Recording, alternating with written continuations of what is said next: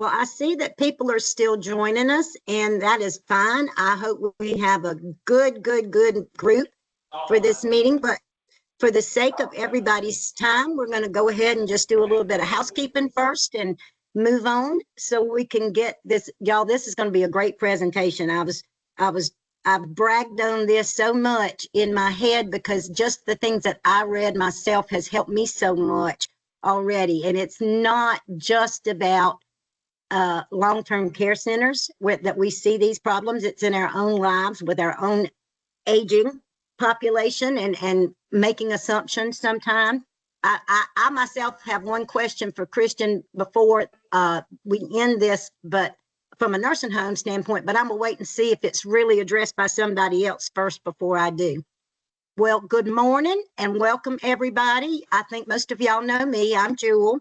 I am now leading Quality Leaders. My compadre, Peggy, has, I think she's still PRN. I'm not totally sure, but this is my first attempt at really leading this meeting. So I want to kind of get started by saying a few things. If you will, please put your email addresses in the chat box so we can get those and make sure that we're adding you correctly. We do send out the media blast. We do try to add as we go, but we know that we live in a world where people's locations change, their emails change, their providers change, very quickly. So we want to make sure that we stay up to date with as much of that as we can. And I also want to encourage anybody that's on the call that has found any benefit from any presentation or future presentations that you'd like to see to let us know. You can always email me directly if you have ideas. With Christian's permission, we'll be sharing this at the end. And then we also will always have it available on our YouTube channel. But we would love to have y'all invite other people that may not be a part of our area to join in with us at any time. I've just been so excited just hearing about what's going on in Wisconsin because, I'm stuck here in South Carolina thinking that I'm the only one going through all this. So it's very nice to have people from all areas, not just the nursing home areas either, professionally or personally. Just please include people. Drop them a link, invite them. We'd love to have them. So now I'm going to introduce Christian. Christian is a licensed clinical social worker and a licensed clinical addiction specialist. He holds multi-state licensures in both North Carolina, Virginia, and Georgia. He has extensive experience across his realms of his clinical practice, behavioral health, quality improvement initiatives. A professional focus that he has right now is definitely on mental health. And how many of us don't hear that every day about the mental health crisis? I'm going to use that word because we hear it every day in our lives. And then substance abuse, and then the integrated care modules. He has such good ideas on things that can really make a difference for how we all integrate this into our practices, both professionally and personally. He has worked in direct clinical care, program development, large-scale systems, improvement efforts, compliance, and service delivery. Compliance is one of my favorite words that I come on to anytime I'm doing a meeting with nursing home people, because God knows that word is shoved at us every minute of every day of our lives in the nursing home world, compliance. His work emphasizes evidence-based practices, workforce development, sustainable approaches, another good nursing home world, sustainable. That if you can make something work on an improvement plan real quick, maybe enough to get out of a deficiency if you need to, but if you can't sustain it, then it was really never any good. Behavioral health outcomes across all diverse settings. So Christian, I am going to turn off my camera and more importantly, turn off my mouth and let you get started. All right. Thank you so much, Jewel. Morning, everybody. Thank you for being here. I want to thank Jewel for that wonderful introduction. I really appreciate it. My name's Christian Harden. As Jewel said, I'm an LCSW, LCAS, and we'll just say a few states. Just real quick before we get started, I don't think Jewel knew this one. I think Alyssa does, though. I kind of had a cheat code for this presentation because I married the senior VP for one of the top 5 largest senior living companies in the US. So that said, yeah, they Jewel said she wanted to do something on long-term care, and he said, oh, it's dementia. It's always dementia. I'm like, okay, well, helpful. All right. So but thank you all for being here. So I'm not a big one, and hopefully most of you all will appreciate this, of reading directly from slides. Nobody likes to hear somebody drone on and on. So we're going to go through and we will hit the high points of the presentation. But if you have a question, ask it.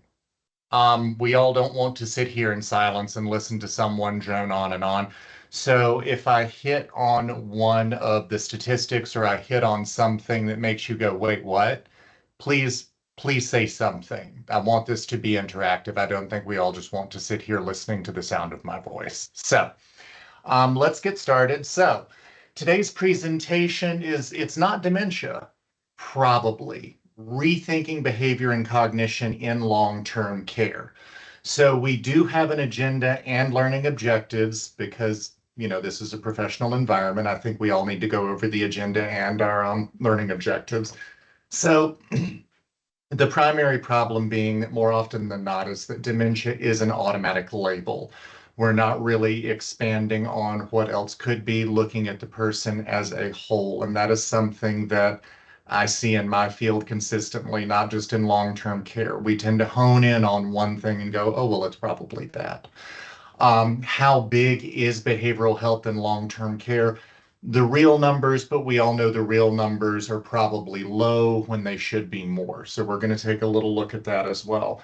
Dementia 101, what is it and what is it not? This is one of the biggest things. We'll get into that in a moment. Alzheimer's versus other dementias and memory disorders. Hence, what is dementia? We tend to use it as a blanket term. Spoiler alert, because it is a blanket term. Dementia is not a disease, it's a syndrome.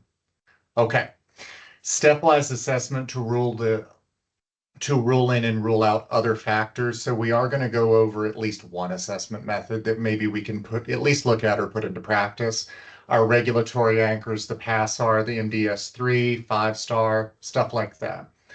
If we have time and if anyone is interested, we'll go over a case vignette, documentation tips, Q&A and stuff like that. But as I said, if you see something, say something, kind of like Homeland Security. So, okay. All right, so our learning objectives. Name 3 factors that drive reflex dementia labeling in long-term care.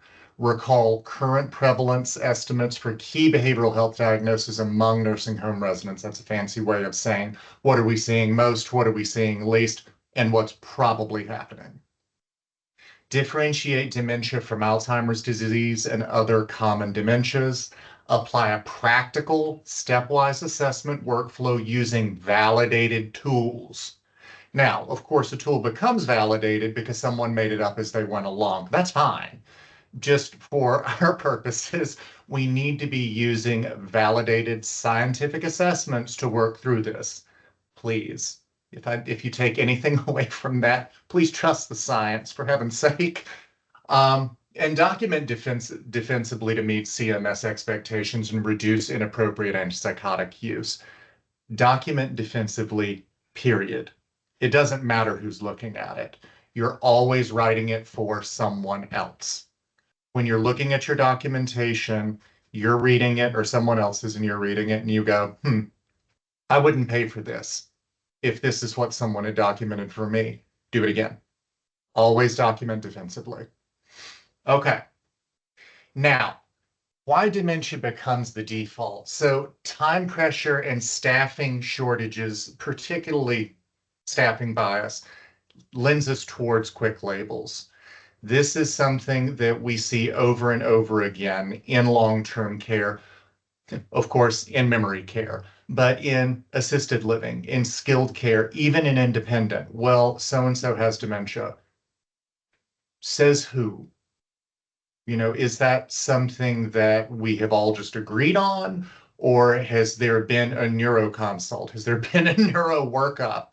And someone with MDDO or something of that effect behind their name has said, this is a dementia syndrome. Okay. Communication barriers. When we see someone who is having issues with hearing or vision impairment, delirium, some type of aphasia, all of those things tend to lend us towards, oh, well, it's dementia, but it is more often than not maybe masking a true etiology. This is something that any number of factors could be contributing to, not just a dementia diagnosis. Diagnostic overshadowing of depression, anxiety, serious mental illness, and delirium. I always still, serious mental illness is the correct phrase in behavioral health, but I always go back to serious and persistent mental illness. So sorry about that. A historical focus on antipsychotics versus rooting out causes. Well, here's some Geodon. Whoa, whoa, whoa. They yelled at their caretaker. We don't need to go directly to Geodon. Let's talk about this for a second. Limited access to neuropsych testing in Jerry Psych. That's probably the overarching factor here. That has been my experience, is that there is a pretty limited access to geriatric psych, period, anywhere, all 50 states, or getting in neuropsych testing. More often than not, there are transportation issues with patients in long-term care, mobility, the list goes on and on. There are entities out there who will come to the long-term care facility and carry out neuropsych testing. Even some geri psychs will come on site. ComPsych is a great example. They're one that go throughout they're contracted throughout the country by plenty of long-term care units who go out and provide these types of testing. Now, what does the wait list look like? That's another issue entirely, but there are these entities. Now, one of the things that I want us to hit on now on the outset is dementia. So can anybody tell me, not necessarily from the textbook, somebody throw me a definition of dementia, please?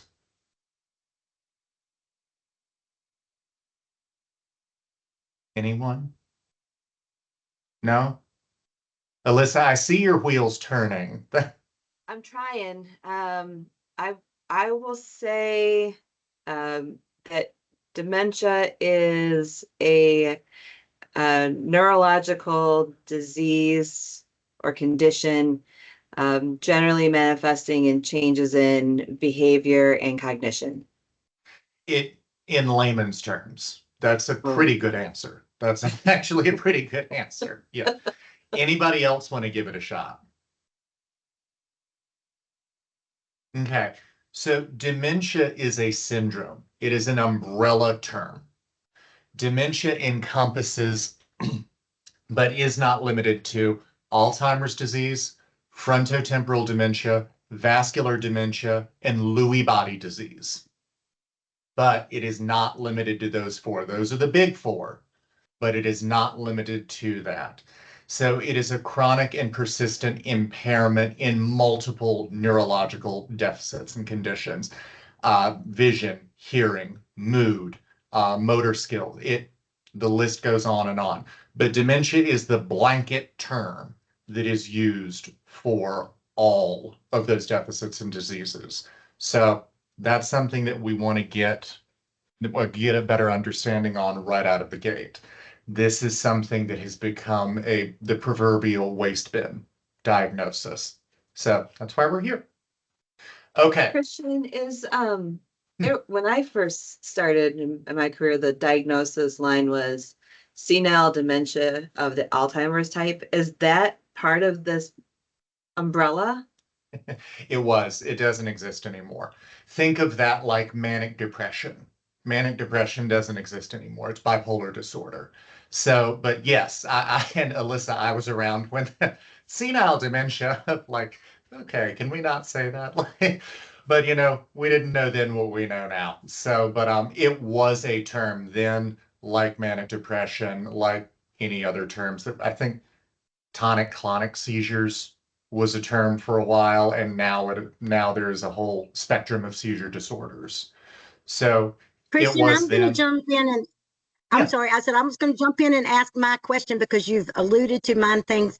I have seen so many instances when somebody comes from the hospital, comes into long-term care, that all of a sudden they may have this prescription for, I won't say we're going straight for the Geodon, but we're going to use some Haldol or we're going to use some Seroquel or something. So therefore, we better change this to dementia with psychosis. Is that still a term Yes, that's it is. being out there? Okay. It is. All right, well, I'm Yes. gonna let you expand on that because that's just something that used to bug me to pieces, having to add that on so we could give them some sort of antipsychotic. It is. And this is something that, yeah. Um, so generally, okay, prime example. So I'm an old therapist, and what we run into, well, they have bipolar disorder. Okay, which one? There's three. So, oh, well, they thought that they were, Eleanor Rigby and jumped on a plane and ran off to Europe. Okay, so bipolar disorder with psychosis. So, what we will run into are, oh, well, they have dementia. So, they're talking to people that aren't there. They're seeing things that aren't there. Yeah, they're experiencing audio and visual hallucinations, some tactile hallucinations, feeling like that someone's touching them or they're wearing clothes they're not, stuff like that. Okay, that's not the same thing. So yes, they have dementia, but now there is also a disordered thinking component, alias psychosis. So can that be a thing? Absolutely. But it's here, and then there's the psychotic component down over here. It is now a subset of an existing diagnosis. So not everyone who experiences dementia or has a dementia-related disease will experience psychosis, but it can be a factor. So that's an excellent question. That's actually, as we segue over into really how big the behavioral health burden is in long-term care overall. It's a lot. It's a lot. It's more than this. I can tell you now. It's more than this. Any dementia-related syndrome or disease, around 45% of individuals living in long-term care have some documented form of a dementia-related syndrome. It's about half. Now, is it all accurate? I don't know. Y'all's guess is as good as mine. Probably close. Now, a serious and persistent mental, there I went. A serious mental illness, about 20%.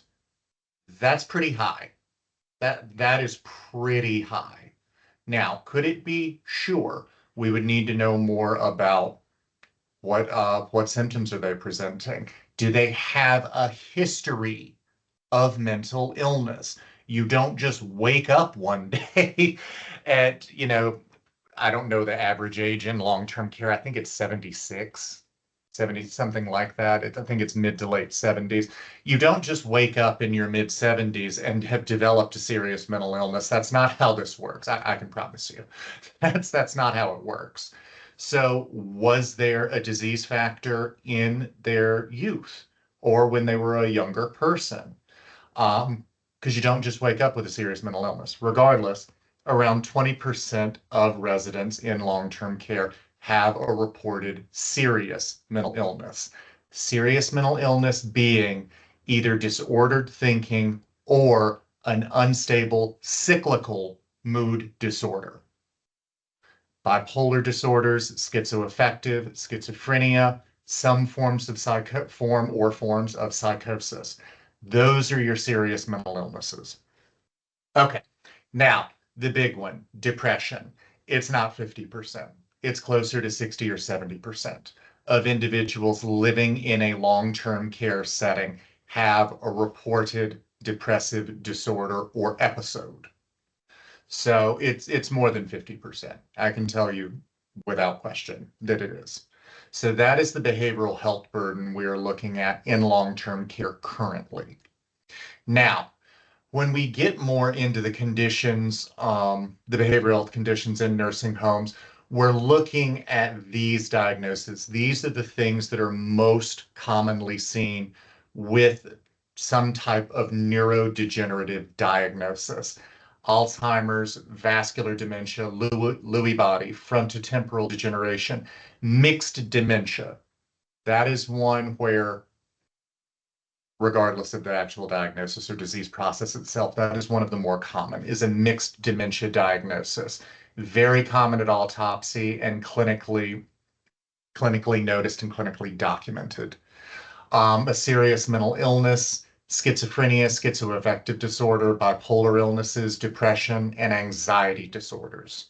So those are the things that are most commonly documented and reported to CMS in nursing homes on a behavioral health spectrum. Of course, not physically. Now, dementia versus Alzheimer's versus other memory disorders. So dementia, again, being a syndrome, an acquired decline in more than 1% of common domains that impairs independence. Hence, things like sundowning. When people get up, they go through the day, they're okay. But as things go, or pretty okay.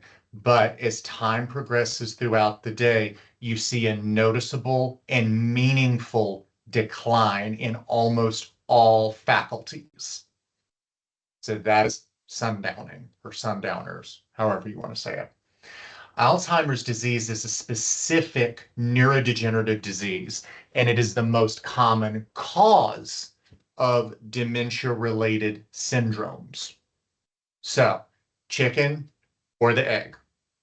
Was there a dementia-related syndrome present first? Or was there Alzheimer's disease, which is something different? And then that led to a dementia spectrum, a dementia syndrome related, a dementia related syndrome. And other dementias, vascular dementia, Lewy body, Parkinson's disease, dementia, it is a thing, frontotemporal degeneration, and other mixed etiologies. Now, has anyone ever seen or cared for someone with Lewy body dementia? Next to ALS, yeah, next to ALS or what am I trying to say? ALS or something to that effect. It's probably one of the worst things I've seen. It's a terrible, terrible, unforgiving disease. But it is something that we are seeing more of in the aging population. Now, I want to caveat that because that one can be a sore subject, particularly for people who have been in the field for a long period of time, myself included. Are we seeing more of it? Or are we just noticing that it has been a thing the whole time and we're diagnosing it correctly? That can be said for anything on this list. So that's something I don't know how many nurses we have. Well, it doesn't matter whether you're nurses, social workers, nursing home administrators, doesn't matter. We all see the same thing. It's just, these are things that we all have to take into account. And this is where the critical thinking component comes in. We are seeing all of these things in long-term care and even not related dementia syndromes. But we do need to be asking, is this something that we're just now seeing, or is this something that has always been there, but nobody noticed? Okay, now, not dementia, delirium. So we have acute delirium, fluctuating in attention, alcohol-related delirium, substance use-related deliriums, and depression. Okay, the term is pseudo-dementia. It is a pseudo-dementia-esque thing. And that can get very broad because you can be so depressed that you experience a psychotic episode. It is a thing, I promise you. It's a thing. You can be so depressed that your fine motor skills, large motor skills, your mental acuity, vision, and hearing can be impaired. Pseudo-dementia. You don't have dementia. You're so depressed that your faculties are quite literally deteriorating. So that's one form right there. But it is generally It is more common in the aging population in older adults. Okay, so delirium and depression. So delirium is an acute onset. It does fluctuate. There is a medical trigger, almost always a medical trigger. Infection, hypoxia, med changes. With depression, it can mimic cognitive impairment. So in my practice, in the time that I've been in the field, you lose a good degree, you can lose a good degree of cognitive functioning with depression and anxiety. Memory impairment is usually the first to go. Unfortunately, that memory impairment is the slowest to return if it does at all. Patients usually regain most of what they had over time, but longitudinal studies consistently show a full improvement after a moderate to severe major depressive episode are few and far between, and that stinks, but it is a thing. So depression does frequently mimic cognitive impairment, particularly where memory is concerned, memory and concentration are concerned.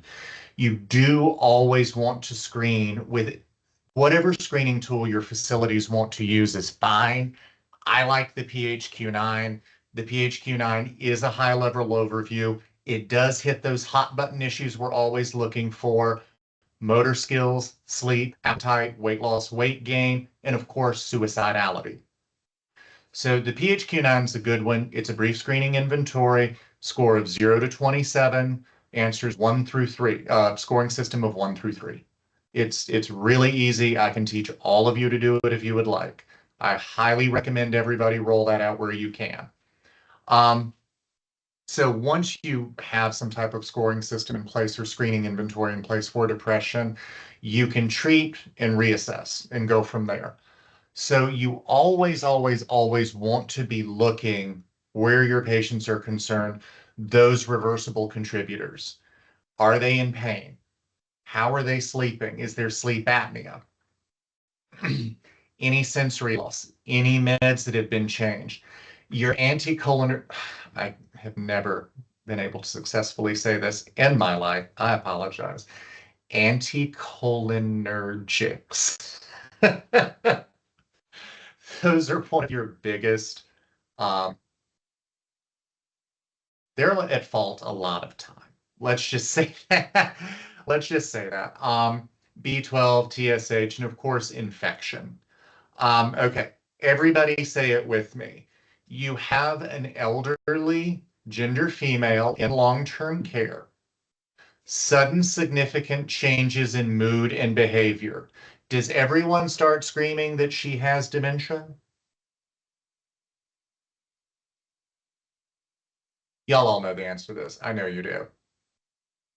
An aging female in long-term care. Sudden and They're going to significant. say she has dementia. Yeah, they're going to say she has dementia. They're going to say she has dementia. Mhm. And then it's going to become a part of that record. And some Mhm. of these people never get worked up for anything else. But yes, Yeah. they're going to say she has dementia. Okay. And I have this one from the head of obstetrics and gynecology at Wake Forest University School of Medicine, who is one of my best friends. What is the actual diagnosis? I could throw my monitor out the window. I know this, and I'm a social worker. Come on, guys. I know you all know. Okay, fine. It's a UTI. It's almost always a UTI. Sudden and significant changes in mood, in changes in motor skills, dementia-related symptoms, honestly, more psychotic, symptoms more indicative of psychosis. It's a UTI. And as Jewel just eloquently pointed out, oh, well, it's dementia. Send her to Jerry Sykes, put her in the hospital. Okay, they're going to put Granny in the ED, and the EDP is going to take one look at her and go, this is a UTI. Go home and send her back. Diflucan. It's all it takes. So, okay. All right, now, stepwise assessment, let's go through here and talk about some of the assessment practice, well, this particular assessment practice. Okay. An immediate medical screen when there are symptoms of a dementia-related syndrome, particularly those sudden onset symptoms. This is not how grandma and grandpa or great-grandma, great-grandpa, whatever. This isn't how they normally act. There has been a change here. We are seeing dementia syndrome-related symptoms. An immediate medical screening, delirium, hypoxia, pain, infection, med review, all of those things need to be assessed with the care team, not just one person. Whenever possible, get that care team together. In behavioral health, we call it treatment team. Whatever the care team is called in long-term care, you want that whole team approach because one person never has all the answers.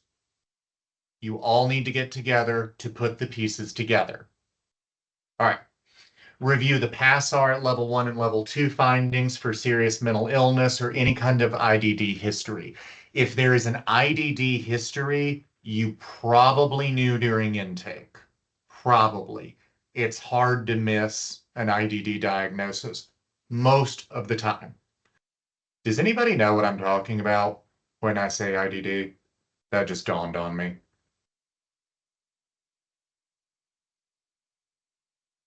Intellectual and developmental disability. Yeah. During intake, when they come in, that's probably well documented, but stranger things have happened. Okay. Cognitive screening. You can do the BIMS, particularly the MDS 3.0, or consider the MoCA or SLUM scales as needed. My nurses, y'all know that one already, but if you don't, I would recommend putting that into practice. Your mood and anxiety screens, this is good practice, period. The mood and anxiety screens, the PHQ-9 and the GAD-7, I do it once a month with all of my patients, what few patients I have left in my private practice. But this is just good practice, period. When I go for my physical every year, they run the PHQ-9 and the GAD-7, excuse me. They run the PHQ-9 and on the GAD-7 on me like clockwork. Older populations, our aging populations, run the GAD-7 and the PHQ-9. We have seen the numbers of depression in the US in persons in long-term care. It's terrible. That's something that we can do something about by running a simple inventory. And run the CAM for delirium. Always checking for delirium because delirium almost always has a reversible medical cause. Okay. Your behavioral profile, the NPIQ, that one, it's old, but it works. Run through the NPIQ. Sleep, trauma history, and for God's sake, if you do anything with all of this, you get a collateral from the family. You get anything you can from the family. This is why a background on all patients, no matter what scope or scale of practice you are in medicine, you always get a workup, a full family history. This is why. Okay. Function and baseline. We should know our patient's function and baseline because we're their caregivers or part of the care team. You should know their baseline, period. Always monitoring those ADLs, those IADLs, and sensory checks. This is, of course, these are specialized teams that are going to be coming in and doing this. Nurses will be doing one things, patient care techs can do some others. Physicians, your physician's extenders will be doing the full workups, checks, treatment, things like that. Okay. Diagnose and plan. This is where treatment planning is key. When to refer to geri-psych, neurology, or neuropsych. So when we are treatment planning for older adults, particularly older adults in long-term care, the treatment plan is your guide. That is your Bible. So when people start showing up with neurodivergent neurocognitive syndromes, specifically dementia-esque syndromes, It can go on the treatment plan for monitoring for future progress. Remember, it doesn't mean that they have dementia. It could be any number of other things that we have all just discussed. But that should be a component of the treatment plan. It goes on the treatment plan so no one forgets about it, and you can refer back to it that, oh, well, Dolores, knocked out the patient care tech 2 years ago.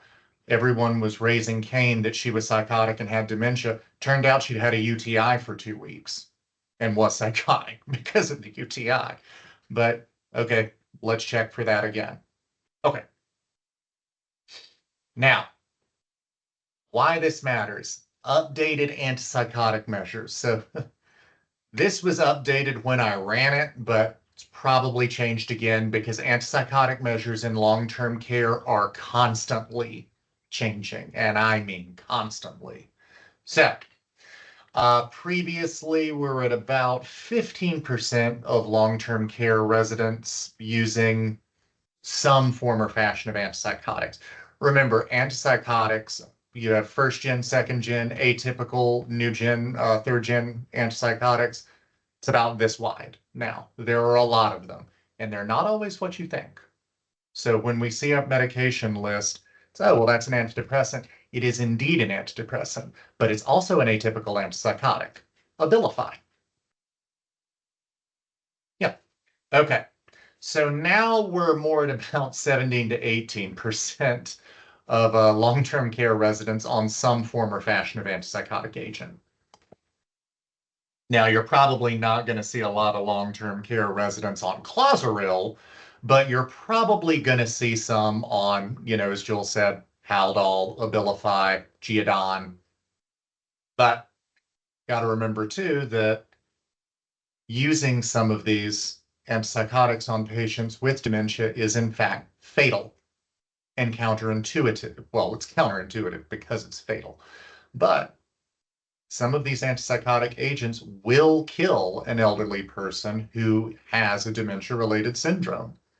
Okay, so case vignette. So it's the dementia that wasn't. Kind of the core subject that we're going on here, isn't it? 78-year-old admitted with CHF and CKD, labeled advanced dementia on arrival. So, some of the interventions in use, treating infections, deprescribe anticholinergics, initiate CPAP, structured activities, psychotherapy, had high I can't say that word. Y'all just think it for me. High burden, untreated OSA, UTI, had a PHQ-9 of 17. That's a moderate. Remember, 0 to 27 is the PHQ-9. Mild to moderate, so there's some depressive factors at play there. And a BIMS of 10. Now, moving over to the outcomes, again, ran the interventions, treated the infections, deprescribed the anticholinergics, initiated the CPAP, more activities and psychotherapy. Agitation resolved, cognition did improve in this case. Diagnosis updated to major depressive disorder with insomnia. That's not an actual diagnosis, but that's okay. So he has major depressive disorder and has a medical diagnosis of insomnia. Okay. And no antipsychotic needed. Who knew? All he needed was a workup, probably with the treatment team or care team, whatever you want to call them. So the 78-year-old was saved a diagnosis of dementia, and he appears to be a lot more comfortable, probably because he can think and no longer has a UTI. Okay, so documentation tips that survive survey. Alyssa, Jewel, and I probably recognize most of these, but want to keep them in practice. Onset course, precipitating factors and fluctuation pattern are documented. The screening tool names the scores and dates recorded. What I've always had my staff do is upload. If you can scan and upload to the EMR, if y'all use EMRs, scan and upload your scan and upload your assessment tools and attach it to the note. I always had my staff do it, just CYA. So if you can scan and upload into the EMR, just go ahead and do it. Reversible etiologies have been ruled out, and how? How did you rule them out? We ruled out such and such. That's terrific. How? Before labeling dementia, step by step. This is a math problem. Show your work. Don't just jump to the answer. You've got to show your work as you go through any healthcare record. Non-pharmacologic interventions tried and their responses noted. And if antipsychotics were used, you do have to talk, good Lord, you do have to document the targeted symptoms, any indication, how they were monitored, for God's sake, how they were monitored, and the taper plan. Antipsychotics can and frequently are used for long-term use. They are not indicative of long-term use. You do want to be documenting a taper plan or why the patient isn't being tapered. Does that make sense? I know that that's a weird one, but does that make sense to everybody? I've been doing this for almost 20 years. Trust me. It makes sense to me generally because following CMS, if you're not on some sort of drug reduction and you have not painted this picture, you have not ruled out something as simple as dehydration, a Correct. true UTI, things like that, you Correct. better paint the best picture and make sure that you have the proper diagnosis for these people. One of when I was well, let's not name names. The CEO of the company I worked for previously, we had Jerry Syke. We only have only one of two in this state, and she said almost verbatim, she's a nurse, said almost verbatim what Jewel said, which was, this is our most vulnerable population next to our kids who are in the building up the hill. You have to document clearly and effectively how you were treating a medically fragile and vulnerable population. You can't just throw it at the wall and see what happens. Okay. So box closed. Okay. Team roles and when to refer. If you don't know, refer. This is why there are other medical specialties. This is why there are other scopes of practice. This is why medicine has become so broad now. Nursing, your delirium screens, pain and sleep hygiene, their behavior logs. Behavior logs, that can be your PCTs, your care techs, caregivers, things like that, or it can be nursing. It just depends on the staff you have. Your medical provider, your reversible causes, med reviews, diagnostics, they will initiate referral. Social work and psych, run your GAD-7s, run your PHQ-9s, the NPIQs, conducting actual psychotherapy with patients. This is what most long-term care facilities, CCRCs, the whole 9 yards, they don't have behavioral health on staff. This is only just recently becoming a thing. And family education. OT, PT, and SLP, function, mobility, cognition, and communication strategies. Those are almost always farmed out.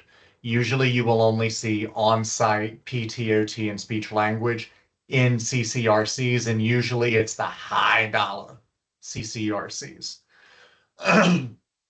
Refer for, if there is a rapid decline, sudden and significant changes in mood, cognition, and functioning, atypical features, psychosis, suicidality, complex polypharmacy, and an uncertain etiology. Of course, rapid decline, psychosis, and suicidality, get him to the ED. Don't, what's the phrase? Don't collect $200 of whatever in Monopoly. Send him to the ED. It's okay. Go ahead and send him to the ED. Any atypical features, that's that whole team approach. What's happening? What's changed? Has there been a fall? Are they drunk? Any number of things. Complex polypharmacy. This is just from me to y'all because this is a hot button issue from me. My mother's a retired physician, and she's the one that bashed this one into my head. When you have questions about medication, don't ask a doctor. Don't. You ask a pharmacist. If you have questions about medication, particularly complex polypharmacy, which better than 85% of long-term care patients probably have a complex polypharmacy, go to a pharmacist. Go talk to your pharmacist. Don't ask the doctor about meds. Go to the pharmacist. Okay. All right. Our take-home checklist. Screen for delirium and depression before labeling dementia. Use the BIMS, use the MOCA, use the SLUMS when needed. Document scores and timing. Document, document, document. Leverage. Leverage your PASSAR in the MDS3 and align with your non-pharmacologic interventions where you can under a physician's discretion, a provider's discretion, of course. Track the antipsychotic indications. Antipsychotics have a job to do and they do it well, but they can have unintended consequences or they can trigger something that wasn't even there to begin with. Update your care plans with new data. Again, document. And benchmark your facility against state and national rates. How are you measuring up? This is something that we are obligated to ask. We are obligated to ask ourselves as institutions, how are we measuring up with our sister down the street? With our, long-term care facilities now tend to fall under what? 15, 20 companies nationwide own all of them. How are we measuring up to our competitors? How are we measuring up to our sister facilities? It is our obligation to ask those questions for the betterment of not only ourselves as team members within a facility, but also and primarily patient care. So, any questions or anything for me? That's it. That's all I got. Well, I'm just going to say I loved every minute of this from the time that I read these slides, but I'm going to ask you guys if you do have a question. Lots of times Teams locks us down and doesn't let us come off of the microphone itself. So just raise your hand if you want to make a comment or ask Kristen a question. Y'all know me, I'm the eager beaver. I was going to get mine in by just releasing my mic. So I want everybody else to have that same opportunity.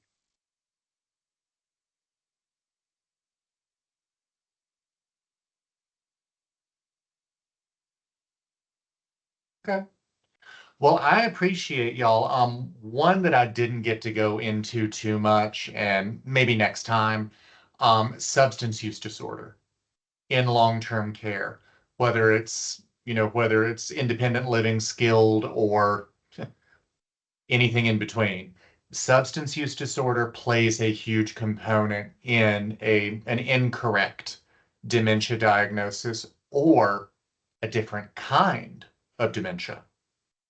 So that's something there wasn't enough space or time to squeeze it in today, but that's a big one too. And as Jewel put in the chat, dehydration is an enormous factor in sudden and significant changes in mood alone. So mood and cognition. Well, y'all, I appreciate it. Thank you all for being here so much. Jewel is gonna get the PowerPoint to you when she can, right, Jewel? I certainly will, because it is too valuable to me to keep to myself, because this is some really, really, really great practical tips, not just for us in the long-term care facilities, but even in our home lives if we're having aging people. It's true. The fact about just including your pharmacist, they give you your prescriptions now, and they used to have to ask you verbatim, did you have any questions? If you have a family member at home, take the time to talk to that pharmacist about something the doctor has put them on. It could be something as simple as an antibiotic that a lot of our elderly have really, really bad repercussions from. Please, please, please use your pharmacist. Every long-term care facility has to have a contracted pharmacist. Use that person.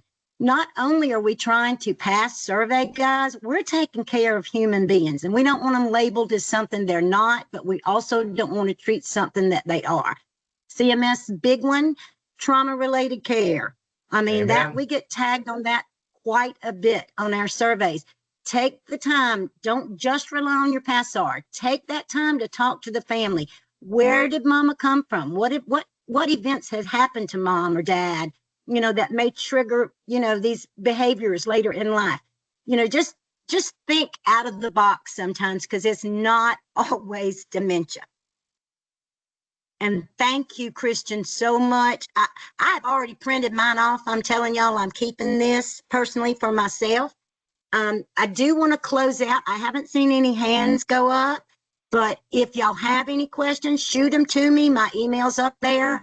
I'll get them to Christian on the outside, and we'll go there.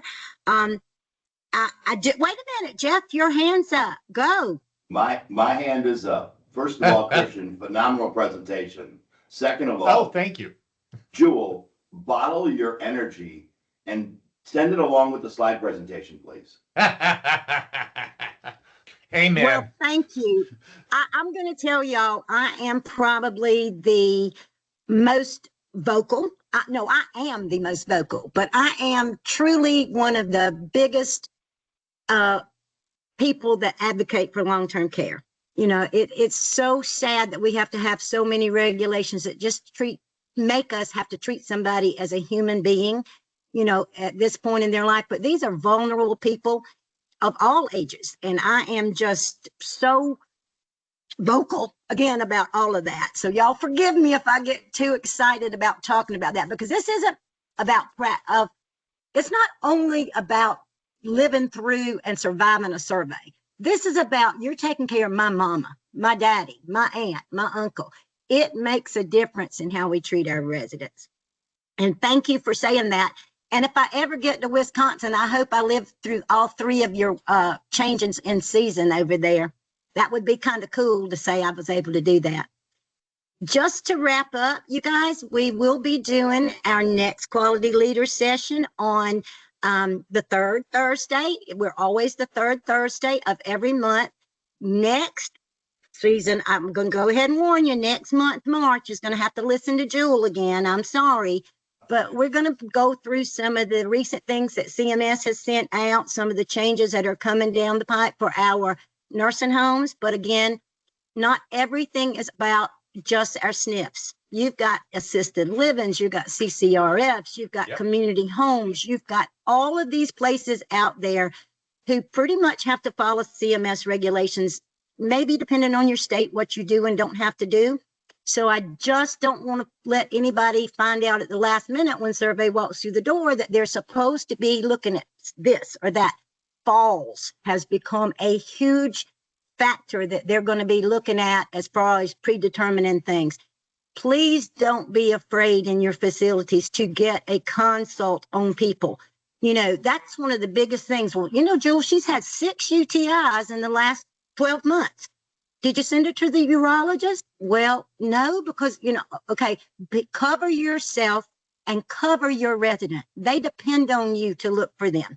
So that'll be coming next month. Y'all get to hear all this energy again. So please, please, please look for our blast on that. Please send us anything that y'all can think of. When you get the slides, because we've moved from the Zoom format to Teams, when you get the slides from me, when I send them out, please remember on there, if you guys want to come in and present for us one time, that would be great, because we can hear it directly from your level.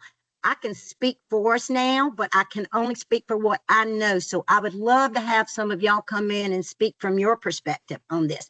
Let us know if we can do anything. Thank you so much. I'm going to ask Alyssa if she's still on to close us out for the day. And y'all, please don't hesitate to email me or call me or text me if there's anything that you can think of we can do to help expand our program or provide for you what you need for your facility. Thank you, Joel. Fantastic session, Christian. I really appreciate everything. Learned a lot, and as with everybody on this call, this is a really important topic for all of us. So really excited to bring this to you.